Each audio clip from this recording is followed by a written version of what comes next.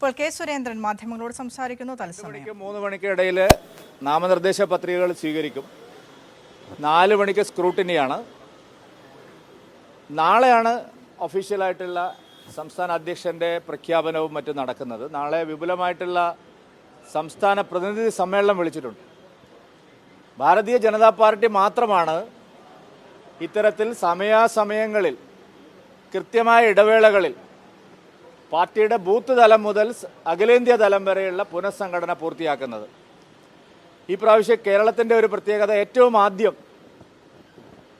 കാരണം ഇവിടെ ഉപതെരഞ്ഞെടുപ്പുകൾ അടക്കം ഉണ്ടായിട്ടും ഏറ്റവും ആദ്യം ബൂത്ത് തലം മുതൽ സംസ്ഥാന തലം ജില്ലാതലം വരെയുള്ള എല്ലാ സംഘടനാ തെരഞ്ഞെടുപ്പുകളും കൃത്യമായിട്ട് പൂർത്തിയാക്കാൻ കഴിഞ്ഞു. മാത്രമല്ല 14 ജില്ലകളുടെ എണ്ണം 30 വർദ്ധിപ്പിച്ചിട്ടും വളരെ സുഗമമായി ജനാധിപത്യപരമായി എല്ലാവരോടും ആശയവിനിമയം നടത്തി ജില്ലാതലം വരെയുള്ള സംഘടനാ തെരഞ്ഞെടുപ്പുകൾ പൂർത്തിയാക്കി. ഇനി ഒരെണ്ണം മാത്രമാണ് അവശേഷിക്കുന്നത്, സംസ്ഥാന അധ്യക്ഷൻ്റെ തെരഞ്ഞെടുപ്പ്. അത് നാളെ ഉച്ചയോടുകൂടി അതിനും പരിസമാപ്തിയാവും.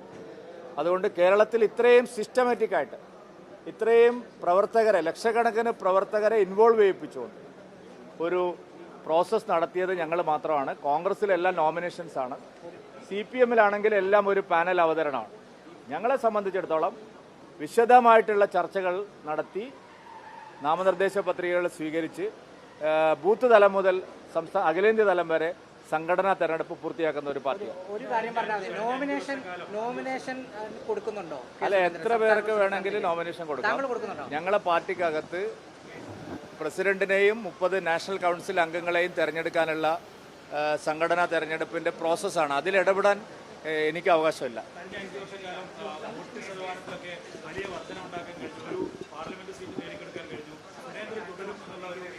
അല്ല, അതൊക്കെ നാളെ എൻ്റെ ചടങ്ങിൽ ഞാൻ വിശദമായിട്ട് പറയും ആ കാര്യങ്ങൾ. ഇന്നേ അത് പറയേണ്ട ആവശ്യമില്ല.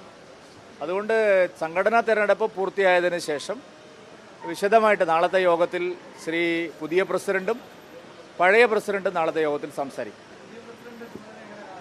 അല്ല, ഞങ്ങളെ സംബന്ധിച്ച് ഞാൻ പറഞ്ഞല്ലോ, കൃത്യമായ ഇടവേളകളിൽ ഞാൻ തന്നെ പുതിയ പ്രസിഡന്റായത് സംഘടനാ തെരഞ്ഞെടുപ്പിലൂടെ ഈ 5 വർഷത്തെ മാറുന്നതിലൂടെയാണല്ലോ. അപ്പോൾ ഞങ്ങളെ പാർട്ടിക്കകത്ത് അങ്ങനെയുള്ള മാറ്റങ്ങളുണ്ട്. അതിനെ ഞങ്ങൾ എപ്പോഴും സ്വാഗതം ചെയ്തിട്ടേ ഉള്ളൂ. അല്ല, ഞാൻ പറഞ്ഞല്ലോ, ആ പ്രോസസ്സിനെ പറ്റി എനിക്ക് പറയാനുള്ള അവകാശമില്ല. അതുകൊണ്ട് ഞാൻ നാളെ പറയാം, പൂർത്തിയാക്കിയതിനു ശേഷം നമുക്ക് വിശദമായിട്ട് നാളെ പറയാം.